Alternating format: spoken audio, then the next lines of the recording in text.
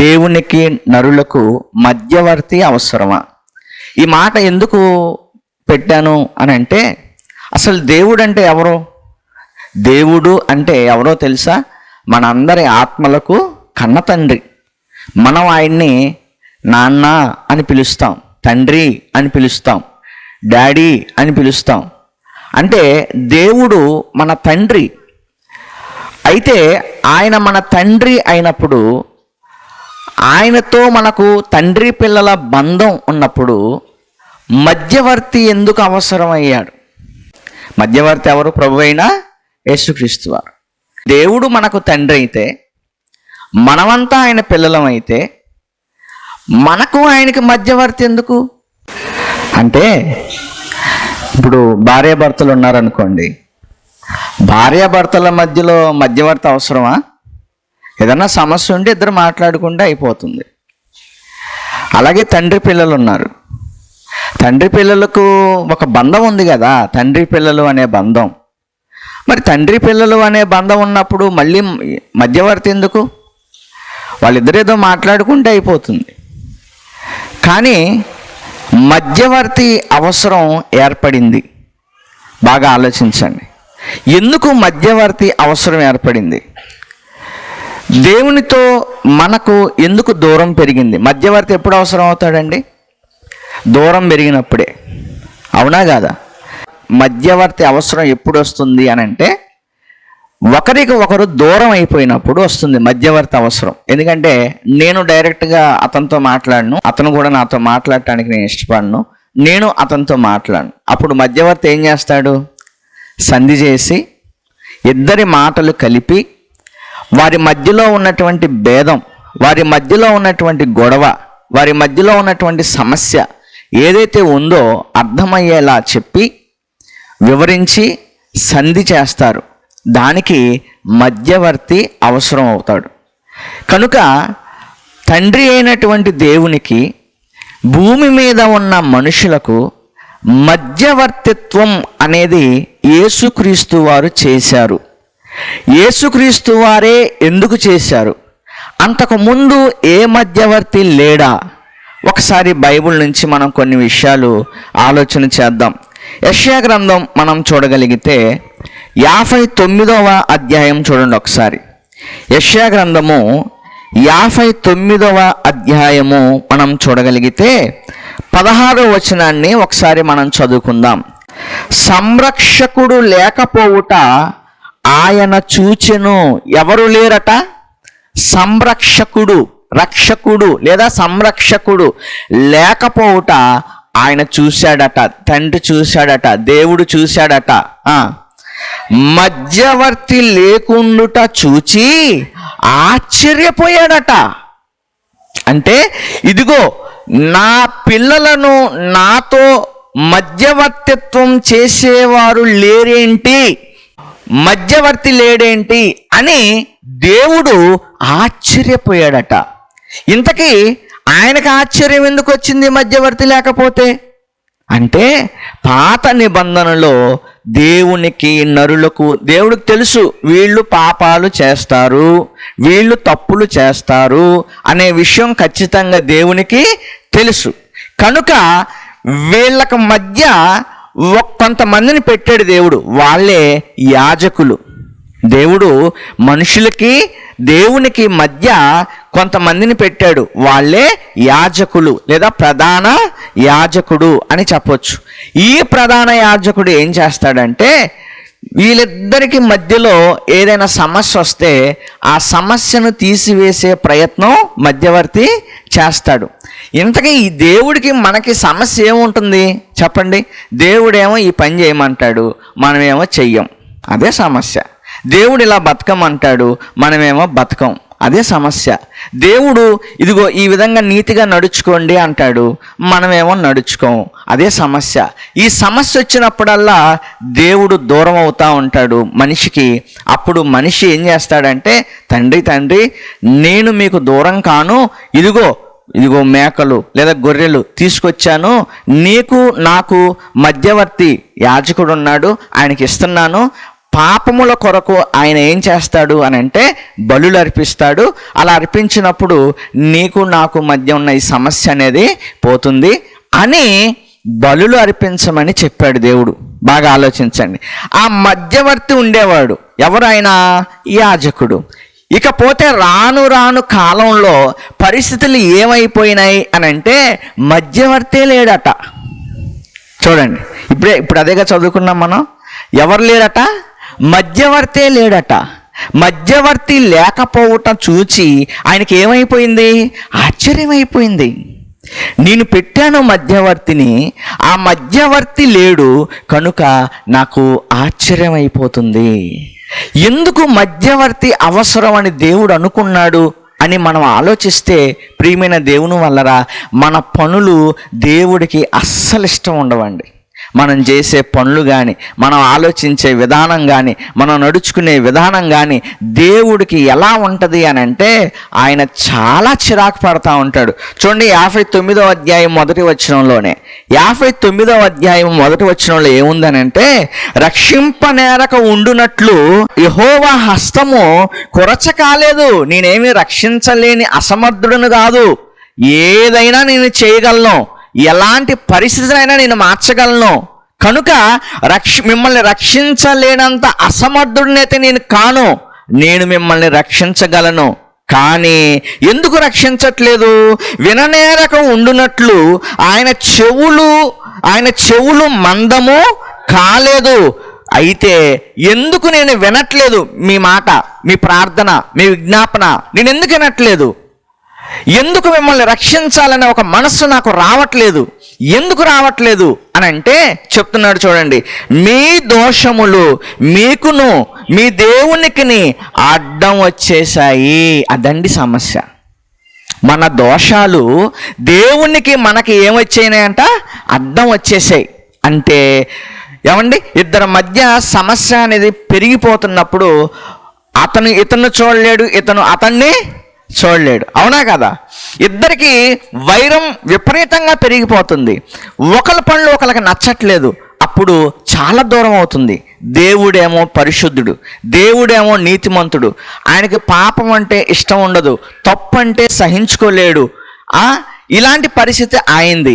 కానీ భూమి మీద మనం ఎలాంటి పరిస్థితుల్లో ఉన్నాము, ఎలాంటి జీవితాన్ని భూమి మీద జీవిస్తున్నాము అని అంటే ఆయనకి ఇష్టం లేని పనులన్నీ పొద్దున్న లేచిన దగ్గర నుంచి మన డ్యూటీ ఏంటంటే ఆయనకి ఏ ఇష్టం లేదో అయ్యే చేసేవాళ్ళం మనం. దేవుడికి ఏది ఇష్టం లేదో, ఏం మాట్లాడితే ఆయనకి ఇష్టం లేదో, ఏం ఆలోచిస్తే ఆయనకి ఇష్టం లేదో, ఏం పనులు చేస్తే ఆయనకి ఇష్టం లేదో అవన్నీ భూమి మీద చేసేవాళ్ళు మనుషులు. అలాంటి పరిస్థితి. అందుకని దేవుడికి మనకి అడ్డం అయిపోయింది. ఏంటివి అవి? మనం చేసే దోషాలు, మనం చేసే పాపాలు. ఇప్పుడు దేవుడు ఏం కోరుకుంటున్నాడు తెలుసా? మధ్యవర్తి కావాలి, మధ్యవర్తి కావాలి. మధ్యవర్తిత్వం చేయాలి అని అంటే కొన్ని విషయాలు చెప్తాను, మీరు బాగా ఆలోచించండి. మధ్యవర్తిత్వం అనేది చెయ్యాలి అని అంటే అది అందరి వల్ల అయ్యేది కాదు. అది అందరి వల్ల అయ్యేది కాదు కాబట్టే ఎవరు లేరు, ఇక ఎవరు మధ్యవర్తిత్వం చెయ్యట్లేదు. ఎందుకంటే అది అందరి వల్ల కాదు, అందరి వల్ల కాలేదు. అది యేసుక్రీస్తు వారి వలన మాత్రమే మధ్యవర్తిత్వం అనేది జరిగింది. ఆయన మాత్రమే ఎందుకు దేవునికి మనకు మధ్యవర్తిగా ఉన్నాడు, ఆయనకున్నటువంటి అర్హత ఏంటి, ఎందుకు ఆయన ఉండగలిగాడు అని మనం ఆలోచిస్తే ప్రియమైన దేవుని వల్లరా మనం కొన్ని విషయాలు మనం ఆలోచించాలి. ఏమండి, మధ్యవర్తిత్వం అని అంటే ఎలా ఉంటుందో ఒక విషయం మీకు అర్థం కావడానికి ఒక విషయం చెప్తాను. అదేంటి అని అంటే, ఇప్పుడు ఇతర దేశాల నుంచి వాళ్ళ అధ్యక్షులు మన దేశాలకు వస్తూ ఉంటారు, లేదా మన దేశంలో ఉన్న ప్రధానమంత్రి గారు ఇతర దేశాలకు వెళ్తారు. అలా వెళ్ళినప్పుడు వాళ్ళ భాష ఈయనకు రాదు, ఈయన భాష వాళ్ళకు రాదు.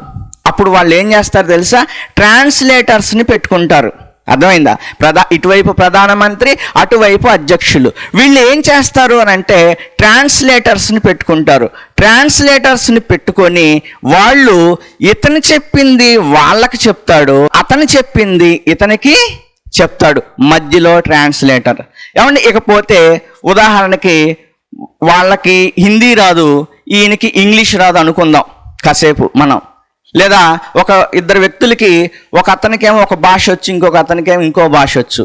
మధ్యవర్తిత్వం చేసే ఆయనకి ఏం రావాలి? 2 భాషలు రావాలి, అవునా కాదా? మధ్యవర్తిత్వం చేసి అతనికి అతను మాట్లాడే భాష రావాలి, ఇతను మాట్లాడే భాష రావాలి. ఇవి 2 భాషలు వచ్చిన వాడే మధ్యవర్తిగా ఉండి ఏం చేయగలడు అని అంటే, అతని మాటలు ఇతనికి అర్థమయ్యేలా చెప్పగలడు, ఇతని మాటలు అతనికి అర్థమయ్యేలా చెప్పగలడు. అలాగే ఈరోజు నేను మీతో ఏం చెప్పాలనుకుంటున్నానంటే, యేసుక్రీస్తు వారు మాత్రమే మధ్యవర్తి అవ్వటానికి గల కారణం ఏంటి, ఆయనకు మాత్రమే ఇది ఎలా సాధ్యమయ్యింది అని అంటే, యేసుక్రీస్తు వారు మొట్టమొదటిగా ఆయన దేవుడు. యేసుక్రీస్తు వారు ఎవరు? దేవుడు, పరలోకములో ఉన్నాడు. ఒకసారి చూద్దామా బైబిల్లో? యోహాను సువార్త 1వ అధ్యాయం 1వ వచనం, మనందరికీ తెలిసిన మాట. ఆదియందు వాక్యముండెను, ఆదియందు వాక్యముండెను, ఆ వాక్యము దేవుని యొద్ద ఉండెను, వాక్యము దేవుని యొద్ద ఉండెను, వాక్యము దేవుడై ఉండెను అనుంది. చూడండి, యేసుక్రీస్తు వారు ఈ లోకానికి వచ్చి ఏదో సత్ప్రవర్తన జీవించి తర్వాత దేవుడు అవలానా? అర్థమైందా? యేసుక్రీస్తు వారు ఈ లోకానికి వచ్చి మంచి ప్రవర్తన ప్రవర్తించి నీతిగా నిజాయితీగా బ్రతికి తర్వాత దేవుడు అవలా? అసలు ఆయన ఈ లోకానికి రాకముందే ఆయన ఎవరని బైబిల్లో ఇప్పుడు మనం చదువుకున్నాం? దేవుడు అని రాయబడింది. చూడండి, అంటే దేవుని యొద్ద వాక్యముగా ఉన్న దేవుడు ప్రభువైన యేసుక్రీస్తు వారు. అంటే ఈ లోకానికి ఆయన రాకముందే ఆయన దేవుడుగా పరలోకంలో ఉన్నాడు. అలాగే ఇంకొక మాట కూడా చూద్దాం. ఫిలిప్పీలకు రాసిన పత్రిక, అపోస్తలుడైన పౌలు గారు ఫిలిప్పీలకు రాసినటువంటి పత్రిక మనం చూడగలిగితే 2వ అధ్యాయము 6వ వచనంలో రాయబడిన మాట. 2వ అధ్యాయము 6వ వచనంలో ఏమంటున్నాడో చూడండి. ఆయన దేవుని స్వరూపము కలిగిన వాడై ఉండి దేవునితో సమానం అని రాయబడింది. చూడండి, ఎవరితో? యేసుక్రీస్తు వారు సమానమట, దేవునితో సమానం. అందుకే యోహాను సువార్త 1వ అధ్యాయం 1వ వచనంలో రాయబడింది, వాక్యము దేవుడై ఉండెను. అంటే యేసుక్రీస్తు వారు ఈ లోకానికి రాకముందే పరలోకంలో ఆయన దేవుడు. ఇది మనం గమనించాలి. ఒకటి. తర్వాత యేసుక్రీస్తు వారు దేవుడిగా ఉన్న యేసుక్రీస్తు వారు భూమి మీదకు వచ్చిన తర్వాత ఆయన మనిషిగా భూమి మీద పుట్టాడు, అవునా కదా? అంటే మనిషిగా పుట్టడం అంటే శరీరాన్ని ధరించుకున్నాడు. ఇప్పుడు మనం ఎలాగైతే మనుషులమో ఆయన కూడా శరీరాన్ని ధరించుకున్నాడు. అంటే యేసుక్రీస్తు వారు పరలోకంలో దేవుడుగా ఉన్న ఆయన భూమి మీదకు వచ్చి మనిషిగా బ్రతికాడు. 33.5 సంవత్సరాలు ఆయన మనిషిగా బ్రతికాడు. అంటే ఒక ఇద్దరి మధ్య సంధి అనేది ఏర్పడాలన్నా, ఇద్దరి విషయాలు ఒకరికి ఒకరు అర్థం కావాలన్నా, మధ్యవర్తి ఏ విధంగా అయితే 2 పరిస్థితులను అర్థం చేసుకోగలడో ఆ విధంగా ఏమండి యేసుక్రీస్తు వారు పరలోకంలో దేవుడిగా ఉన్నాడు, భూమి మీద మనిషిగా ఉన్నాడు. అంటే యేసుక్రీస్తు వారు సంపూర్ణమైన దేవుడు, యేసుక్రీస్తు వారు సంపూర్ణమైన మనిషి. అందుకే ఆయన దేవుని కుమారుడిగా, మనుష్య కుమారుడిగా పిలువబడ్డాడు. అర్థమైందా? దేవుని కుమారుడిగా, మనుష్య కుమారుడిగా పిలువబడ్డాడు. అంటే పరలోకంలో దేవుడిగా ఉన్న ఆయన భూమి మీద మనిషిగా పుట్టాడు. ఇప్పుడు ఆయనకి దేవుడు పరిస్థితులు తెలుసు, భూమి మీదకి వచ్చిన తర్వాత మనిషి పరిస్థితులు కూడా తెలుసు. అర్థమైందా? అంటే ఇద్దరికి సంధి చెయ్యాలి అని అంటే ఇద్దరి పరిస్థితులను ఎరిగిన వాడే ప్రభువైన యేసుక్రీస్తు వారు. అందుకే మధ్యవర్తిత్వానికి ఆయనే సమర్థుడయ్యాడు. అర్థమైందా? మధ్యవర్తిత్వానికి ఆయనే సమర్థుడయ్యాడు. కారణం ఏంటి అని అంటే ఆయన దేవుడుగా ఉన్నాడు, భూమి మీద మనిషిగా ఉన్నాడు. అందుకే హెబ్రీ గ్రంథకర్త ఏమని రాస్తున్నాడో ఒకసారి బైబిల్లో చూద్దాం. ఏమండి, ఒకసారి మనం బైబిల్ చూడగలిగితే హెబ్రీలకు రాసిన పత్రిక 4వ అధ్యాయము 14వ వచనం చూడండి. హెబ్రీలకు రాసిన పత్రిక 4వ అధ్యాయము 14వ వచనం. ఆకాశ మండలము గుండా వెళ్ళిన దేవుని కుమారుడైన యేసు అను గొప్ప ప్రధాన యాజకుడు మనకున్నాడు. యాజకుడు చేసే పనేంటి? యాజకుడు చేసే పనేంటి? దేవునికి నరులకు మధ్య ఆయన ఏం చేస్తాడు? సమాధానపరుస్తాడు. అర్థమైందా? సమాధానపరుస్తాడు. అలాగే యేసుక్రీస్తు వారిని గురించి కూడా ఏమని రాయబడిందో తెలుసా? యేసుక్రీస్తు వారు మనకు దేవునికి మధ్య ఉన్న పాపాలు తీసివేసే ప్రధాన యాజకుడు అని రాయబడింది చూడండి. ఓకే, తర్వాత ఏముందో చూడండి. ప్రధాన యాజకుడు మనకు ఉన్నాడు గనుక మనము ఒప్పుకొనిన దానిని గట్టిగా చేపడదాం. మనం ఏదైతే దేవుడి దగ్గరికి వచ్చి ఒప్పుకున్నామో దాన్ని గట్టిగా చేపడదాం. మన ప్రధాన యాజకుడు మన బలహీనతల యందు మనతో సహానుభవము లేనివాడు కాడు. అర్థమైందా? అంటే మనిషిగా దేహాన్ని ధరించుకున్న తర్వాత ఏమేమి ఉంటాయో, ఎన్ని కష్టాలు ఉంటాయో, ఎంత బాధ ఉంటుందో, ఎంత కన్నీరు ఉంటుందో, ఏవి పాపంలో పడేయటానికి ప్రయత్నం చేస్తాయో, అర్థమైందా?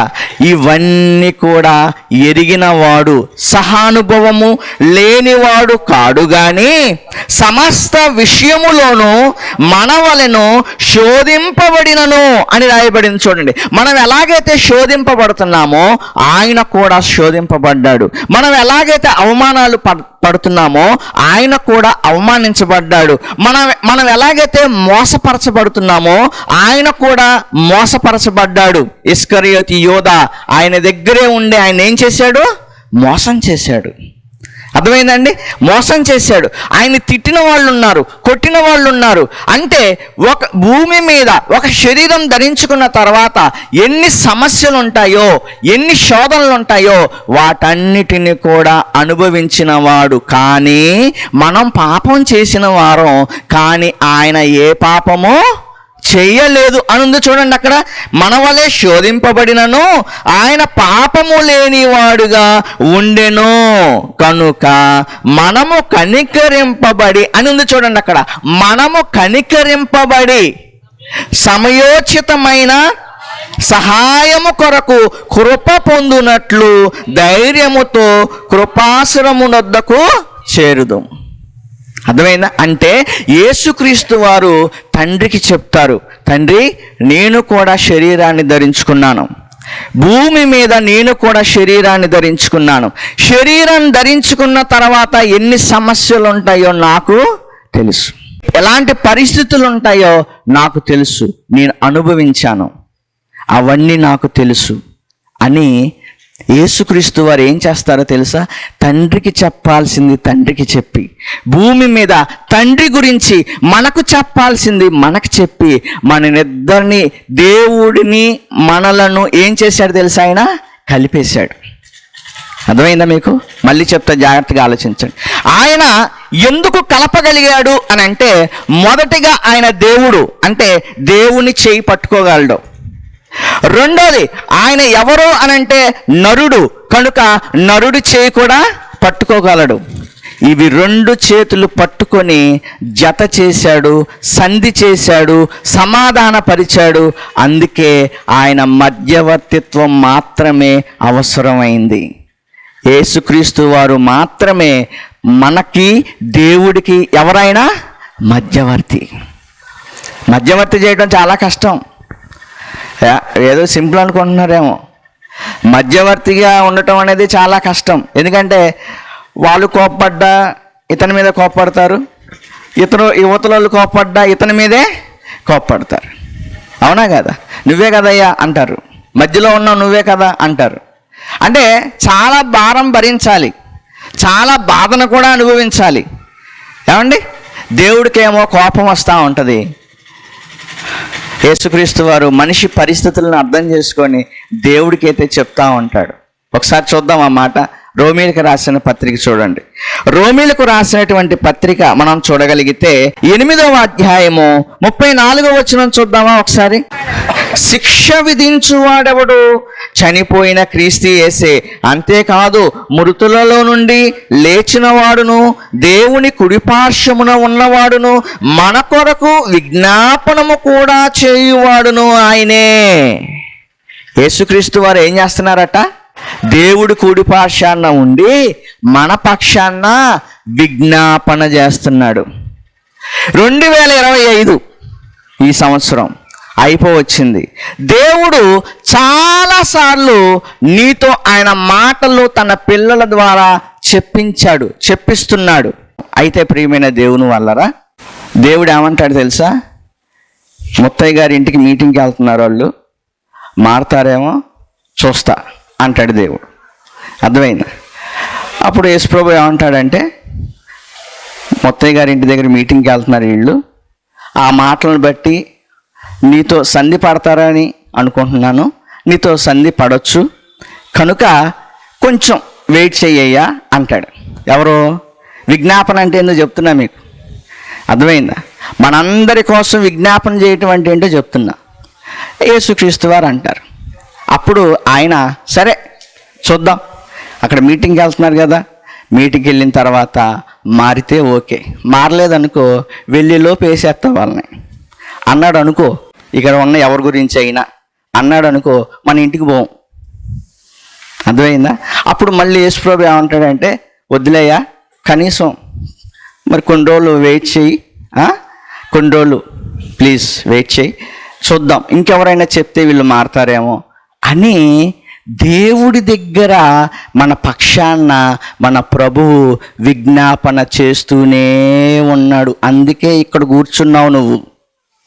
అర్థమైందా? మనమంతా ఇక్కడ ఎందుకు కూర్చున్నాం అనుకుంటున్నారు?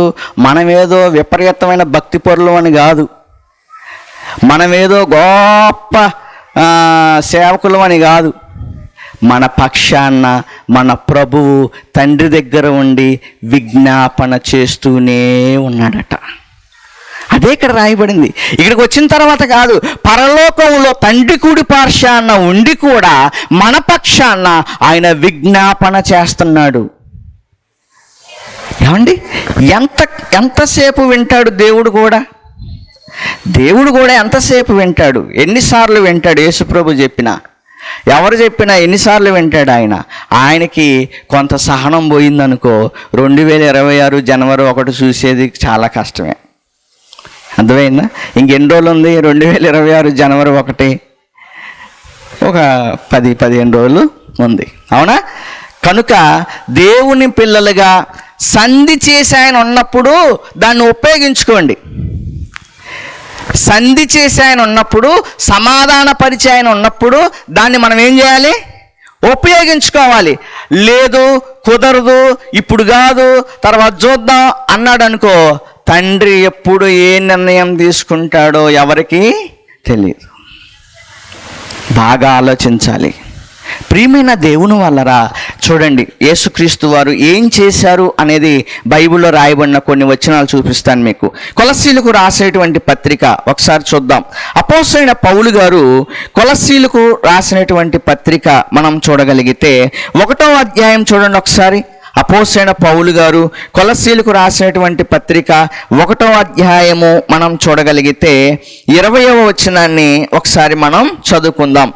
ఆయన శిలువ రక్తము చేత అని రాయబడింది చూడండి. శిలువ రక్తము చేత సంధి చేసి ఆయన ద్వారా సమస్తమును, అవి భూలోకమందున్నవైనను పరలోకమందున్నవైనను, వాటన్నిటినీ ఆయన ద్వారా, యేసుక్రీస్తు వారి ద్వారా తనతో సమాధానపరుచుకొనవలెననియు తండ్రి అభీష్టమాయను. తండ్రి యొక్క అభీష్టం ఏంటో తెలుసా? ఇదిగో ఈయన ఉన్నాడు కదా, ఈయన ఇప్పుడు రక్తం కారుస్తున్నాడు కదా, ఈ రక్తము ద్వారా, అంటే 2000 సంవత్సరాల క్రితం జరిగింది చెప్తున్నాను, ఈ రక్తము ద్వారా నాతో ఎవరైతే సంధి అవుతారో, నాతో ఎవరైతే సమాధాన పడతారో వాళ్ళకి దేవుడు రక్షణ ఇస్తున్నాడు.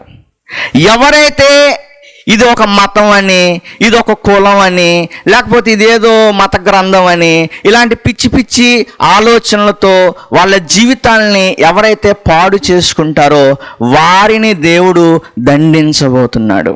ఇది నిజం, ఇది వాస్తవం. యేసుక్రీస్తు వారు 2000 సంవత్సరాల క్రితం వచ్చారు అని అంటే ఏమండి, ఏదో కాకతాయికంగా జరిగిన సంఘటన కాదు. మనం పుట్టినట్టుగా ఆయన పుట్టలేదు. ఆయన పుట్టుక వెనక ఎంతో సంకల్పం ఉంది, ఎంతో భారం ఉంది. ఆయన పిల్లలైనటువంటి వాళ్ళందరినీ రక్షించాలి అనేటువంటి ఒక ఆలోచన ఉంది. అందువలనే 2000 సంవత్సరాల క్రితం పరలోకాన్ని విడిచిపెట్టి భూమి మీదకి వచ్చాడు. పరలోకంలో దేవుడిగా ఉన్న ఆయన భూమి మీద నరుడుగా ఉండటానికి ఇష్టపడ్డాడు.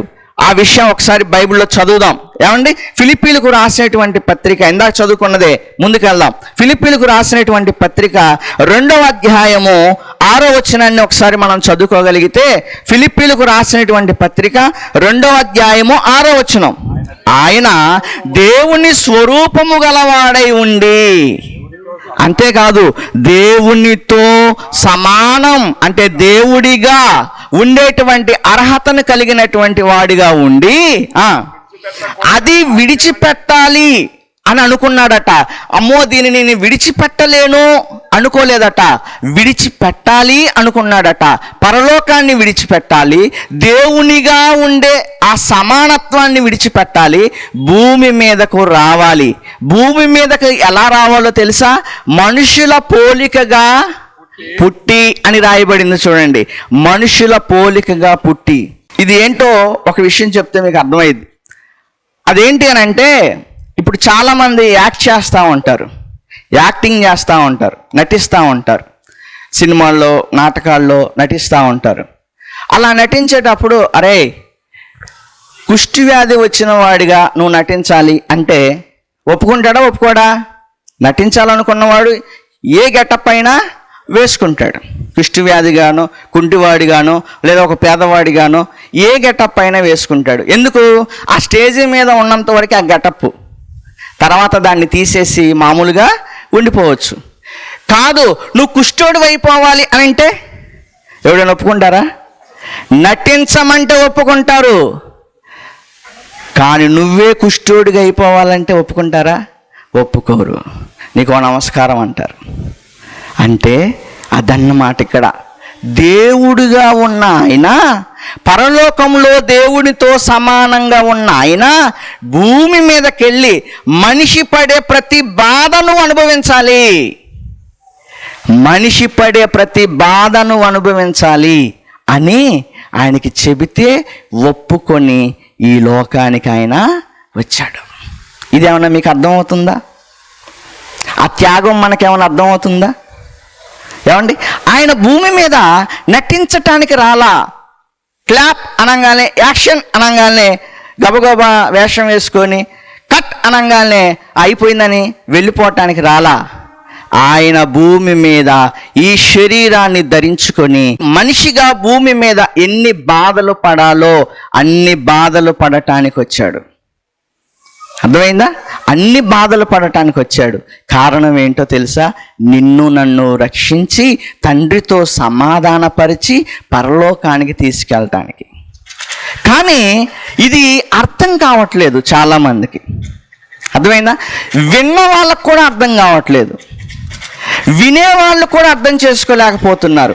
బయట వాళ్ళు, అన్యజనులు, వాళ్ళకి అర్థం కాలేదు, తీసి పక్కన పెట్టండి. వాళ్ళకి తెలీదు, తీసి పక్కన పెట్టండి. క్రైస్తవులుగా, క్రైస్తవ కుటుంబంలో చిన్ననాటి నుండి యేసుక్రీస్తు అనే ఆయన్ని ఆరాధిస్తూ భక్తిగా ఉంటున్న కుటుంబాలలో కూడా ఇంకా మారని వారు, తండ్రితో సమాధాన పడని వాళ్ళు, ఇంకా అలాంటి వాళ్ళు కనబడుతున్నప్పుడు ఎందుకు యేసుక్రీస్తు వారి త్యాగం అర్థం కావట్లేదో ప్రియమైన దేవుని వల్లరా ఆలోచిస్తూ ఉంటే బాధేస్తూ ఉంటుంది. ఏమండి, యేసుక్రీస్తు వారు వచ్చారు, ఓకే, మన అందరికీ సంతోషం. ఎవరు సంతోషపడాలి? ఎవరు సంతోషపడాలి తెలుసా? యేసుప్రభు భూమి మీదకి వచ్చినందుకు ఎవరు సంతోషపడాలి? ఆయనతో, తండ్రితో ఎవరైతే సమాధాన పడ్డామో ఈయన ద్వారా వాళ్ళు సంతోషపడితే బాగుంటుంది. చంద్రబాబు నాయుడు గారు ఫ్రీ బస్ పెట్టారు కదా, ఫ్రీ బస్ పెట్టారు. ఉపయోగించుకున్నారా? బ్రహ్మాండంగా ఉపయోగించుకొని ఉంటారు. ఏమంటే ఒక ఆవిడట పెళ్ళోడిని ఎత్తుకొని అమ్మమ్మ వాళ్ళ ఇంటికి వెళ్ళి అక్కడ అన్నం తినిపిస్తానని బిడ్డను సంకనేసుకొని బౌల్ పట్టుకొని అందులో ఆహారం పెట్టుకొని తినిపించుకుంటూ వెళ్ళి మళ్ళీ అక్కడ దిగి అక్కడ కాసేపు ఉండి మళ్ళీ అక్కడి నుంచి మళ్ళీ ఇంటికి వచ్చిందంటే ఎంత బాగుందో వీళ్ళకో కదండి. చంద్రబాబు నాయుడు గారు సూపర్ అండి కదా, చాలా మంచి పథకం ఏర్పాటు చేశారు ఏమండి, చాలా బాగుంది. ఇప్పుడు ఎవరు సంతోషపడతారు దానికి? స్త్రీలు సంతోషపడతారు. పురుషులుగా మాకెందుకు ఉంటుందండి సంతోషం? అసలు సీటే ఇయట్లేదు వాళ్ళు. టికెట్ కొనుక్కున్నోడికి సీట్ లేదు ఆడ, టికెట్ కొనుక్కున్నోడికి సీట్ లేదు, టికెట్ లేని వాళ్ళు ఏమో రుబాబు చేస్తున్నారు ఏమంటే. ఎన్ని వీడియోలు చూడలేదు మనం, అవునా? ఎవరికి సంతోషం? అది స్త్రీలకు సంతోషం. నాకెందుకు సంతోషం? పురుషులకి ఎందుకు సంతోషం ఏమండి? ఇప్పుడు ఎట్టుందంటే యేసు ప్రభు వచ్చారు అని ఎవరు సంతోషించాలి? తండ్రితో సమాధాన పడిన వాళ్ళు సంతోషించాలి. సమాధాన పడనోడు కూడా సంతోషిస్తాడు విచిత్రంగా ఏమండి. విచిత్రంగా అసలు ఆయన ఎందుకు వచ్చాడో తెలియదు, ఏం చేశాడో తెలియదు, మొత్తానికి పండగ మాత్రం సూపర్గా చేస్తాడు కదా. సంతోషపడటంలో తప్పులేదు, కానీ ఎవరు సంతోషపడాలో తెలుసుకోవాలి. అర్థమైందా? ఎవరు సంతోషపడాలి, ఎవరు నిజంగా ఆయన రాకపోతే మనకు సమాధానం ఉందా? దేవునితో సమాధానం ఉందా? మన పాపాలు పోయేవా? క్షమాపణ వచ్చేదా? మనం నరకానికి వెళ్ళిపోయే వాళ్ళం కదా. అలాంటి పరిస్థితి నుంచి దేవుడు కాపాడాడు. మన ప్రభువు మనల్ని కాపాడాడు, రక్షణ ఇచ్చాడు. ఆ రక్షణను ఎంతమంది ఉపయోగించుకుంటున్నారు చెప్పండి? ఉపయోగించుకోవాలి. మన కోసమే కదా ఆయన వచ్చింది, మన పాపాన్ని తీసివేయటానికే కదా వచ్చింది, తండ్రితో సమాధానపరచటానికే కదా వచ్చింది. దేవుడు కోపంగా ఉంటాడు. ఆయనకి కోపం వచ్చినప్పుడల్లా యేసుక్రీస్తు వారు ఏం చేస్తారు అది కూడా చెప్పాడు కదా బైబిల్లో, ఉపమాన రూపంలో చెప్పాడా? తోట యజమాని 3 ఏళ్ల నుండి ఈ చెట్టును చూస్తున్నాను, అంజూరపు చెట్టు గురించి మాట్లాడుతూ 3 ఏళ్ల నుంచి ఈ చెట్టును చూస్తున్నాను, దాంట్లో దానికి ఏమీ లేదు, ఎలాంటి ఫలాలు లేవు. అప్పుడు యజమాని ఏమంటున్నాడు? దీన్ని నరికే ఎందుకు ఉపయోగం లేకుండా అంటున్నాడు. అప్పుడు తోటమాలి ఏమంటున్నాడు? ఈ సంవత్సరం కూడా ఉంచుదామయ్యా, కాస్త ఎరువు ఇలాంటివి నీళ్లు ఇలాంటివి పెడదాం గట్టిగా, మరి చూద్దాం ఒక సంవత్సరం అని అడుగుతున్నాడు. ఇది ఏంటి అనుకుంటున్నారు? యేసు ప్రభుకి తండ్రి దగ్గర జరుగుతున్న సంభాషణ. అర్థమైందా? మన విషయంలో యేసు ప్రభుకు తండ్రికి మధ్య జరుగుతున్న ప్రతి సంవత్సరం జరుగుతున్న సంభాషణ. 2025లో చాలాసార్లు వేసేసేవాడు మిమ్మల్ని. అర్థమైందా? చాలాసార్లు ప్రయత్నం జరిగి ఉండొచ్చు, కానీ తోటమాలు అడ్డుపడుతూ వచ్చాడు. ఎందుకంటే ఇంకొక సంవత్సరం చూద్దాము అని. మనమేమో 10 సంవత్సరాలకి అర్థం ఏమో మారుతావా లేకపోతే బాప్టిజం తీసుకుంటామంటే కనీసం ఒక 5 సంవత్సరాలు ఆగాలండి. అసలు రేపు సంవత్సరం లేపేద్దామని చూస్తున్నాడు ఆయన. నువ్వు 5 సంవత్సరాలకి వెళ్ళావు. అర్థమైందా? నువ్వు 5 సంవత్సరాలకి వెళ్ళావు. అసలు రేపు సంవత్సరం ఉంటామో లేదో మనకి తెలియదు. అన్నీ తెలుసు కూడా ధైర్యంగా ఉంటాం, చూసారా ఏమండి? కనుక ప్రియమైన దేవుని వాళ్ళరా, యేసు ప్రభు ఇచ్చే రక్షణను మనం ఉపయోగించుకోవాలి. మన కోసం వచ్చాడు ఆయన, మనందరి కోసం వచ్చాడు. భూమి మీద ఉన్న మనుషులందరి కోసం వచ్చాడు ఆయన, మనందరి కోసం ప్రాణం పెట్టాడు, తండ్రితో సంధి చేశాడు. ఎప్పుడే కదా మనం చదువుకున్న విషయాలు ఏమండి. అదేవిధంగా మనం చూడగలిగితే ఎఫెసీయులకు రాసిన పత్రిక 2వ అధ్యాయం 16వ వచనం కూడా చూద్దామా? ఎఫెసీయులకు రాసిన పత్రిక 2వ అధ్యాయం 16వ వచనం. తన సిలువ వలన తాను సిలువలో మరణించటం ద్వారా ఆ ద్వేషమును సంహరించి దాని ద్వారా వీరిద్దరిని ఏక శరీరముగా చేసి దేవునితో సమాధానపరచవలనని ఇలాగు చేసెను. కనుక ఆయనయే మనకు సమాధానకారకుడై ఉన్నాడు. యేసుక్రీస్తు వారు సమాధానకర్త, యేసుక్రీస్తు వారు సమాధానకారుడు. ఎందుకో తెలుసా? తండ్రితో మనల్ని ఆయన ఏం చేశారు? సమాధానపరిచాడు. రండి, మీ ఇద్దరి మధ్య గొడవద్దు, తీసేస్తున్నాను. నువ్వు నమ్ముకున్నావు కదా, నమ్ముకున్నాను. ఒప్పుకుంటున్నావు కదా, ఒప్పుకుంటున్నాను. క్షమించమంటున్నావు కదా, ఓకే, రండి, తండ్రితో మిమ్మల్ని సంధి చేస్తాను అని యేసుక్రీస్తు వారు ఆయన శిలువ ద్వారా మనకి ఆయన ఏం చేశాడు? సంధి చేసి దేవునితో మనల్ని ఏం చేశాడు? ఆయన సమాధానపరచాడు. చెప్పండి, ఇంకా దేవుడితో గొడవ పెట్టుకొని అలాగే ఉంటారా? సమాధాన పడతారా దేవుడితో? ఏమండి, దేవుడితో ఇంకా అలా గొడవ పెంచుకుంటూ అలా వెళ్ళిపోతూ ఉంటారా మీ జీవితకాలం అంతా? దేవుడు ఎంత ఆయుషిస్తే అంతవరకు అలా దేవుడితో వైరంతో ఉంటారా? లేకపోతే యేసు ప్రభు చెప్పిన మాట విని ఆయనతో సమాధాన పడతారా? ఆలోచించుకోండి ఒకసారి. మంచి మనసుతో ఆలోచించండి. ఈ మీటింగ్ ద్వారా మీరు ఒకటే తెలుసుకోండి. ఏంటో తెలుసా? నువ్వు దేవుడితో సమాధానంగా ఉన్నావా? ఒకవేళ బాప్తిస్మం పొందినా, రక్షణ పొందినా, ఇంకా లోకంలో బ్రతుకుతూ దేవునికి దూరంగానే ఉంటున్నావా? లేదా ఆయనతో ఎప్పుడు సమాధానం కలిగి ఉన్నావా యేసుక్రీస్తు వారి ద్వారా అనేది మనం ఆలోచించాలి. అందుకే మనకు దేవునికి మధ్యవర్తి ఎవరు? యేసుక్రీస్తు వారు. ఎందుకో తెలుసా? ఆయన మన పక్షాన విజ్ఞాపన చేస్తాడు. మన ప్రార్థన తండ్రి వినాలన్నా యేసుక్రీస్తు వారి నామములో మనం ఏం చేస్తున్నాము? ప్రార్థిస్తున్నాం. ఎందుకో తెలుసా? ఈయన పేరు లేకపోతే ఆయన వినడు. అర్థమైందా? ఈయన పేరు లేకపోతే, యేసుప్రభు పేరు లేకపోతే, ఆయన నామం లేకపోతే ఆయన వినడు. ఆయన నామము ద్వారానే ప్రార్థన వెళ్ళాలన్నా, ఆయన నామము వలనే రక్షణ రావాలన్నా, ఆయన నామము వలనే మనం పరలోకానికి వెళ్ళాలన్నా. అర్థమైందా? మనల్ని తండ్రి దగ్గరికి తీసుకెళ్ళటానికి ఎవరు వస్తారు? దేవదూతలు వస్తాయా? దేవదూతలతో పాటు యేసుప్రభు కూడా వస్తారా? మనం పరలోకానికి వెళ్ళటానికి యేసు ప్రభు మరలా రాబోతున్నాడు. ఎందుకో తెలుసా?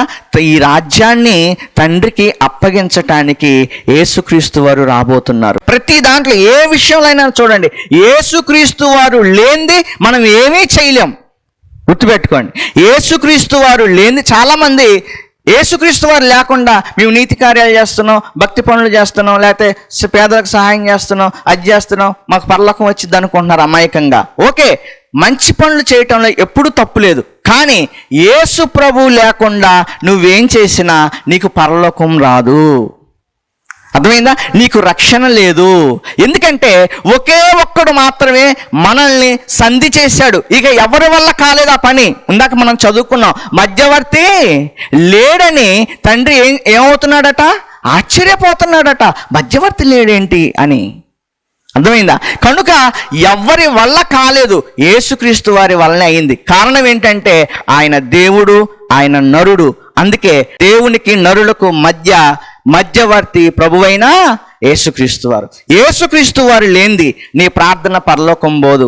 యేసుక్రీస్తు వారు లేనిది నీకు రక్షణ రాదు. యేసుక్రీస్తు వారు లేనిది నీకు ఏ ఫలితం లేదు. యేసుక్రీస్తు వారు లేనిది నీకు పరలోకం రాదు. యేసుక్రీస్తు వారు లేనిది, ఒక మాటలో చెప్పాలంటే ఆయన లేనిది ఇక మనకి ఏది జరగదు. అది కనుక ఆయన మనకు మధ్యవర్తి అయి మన పక్షాన ఆయన ఎప్పుడు కూడా విజ్ఞాపన చేస్తున్నాడు. కనుక మారటానికి సిద్ధపడదాం.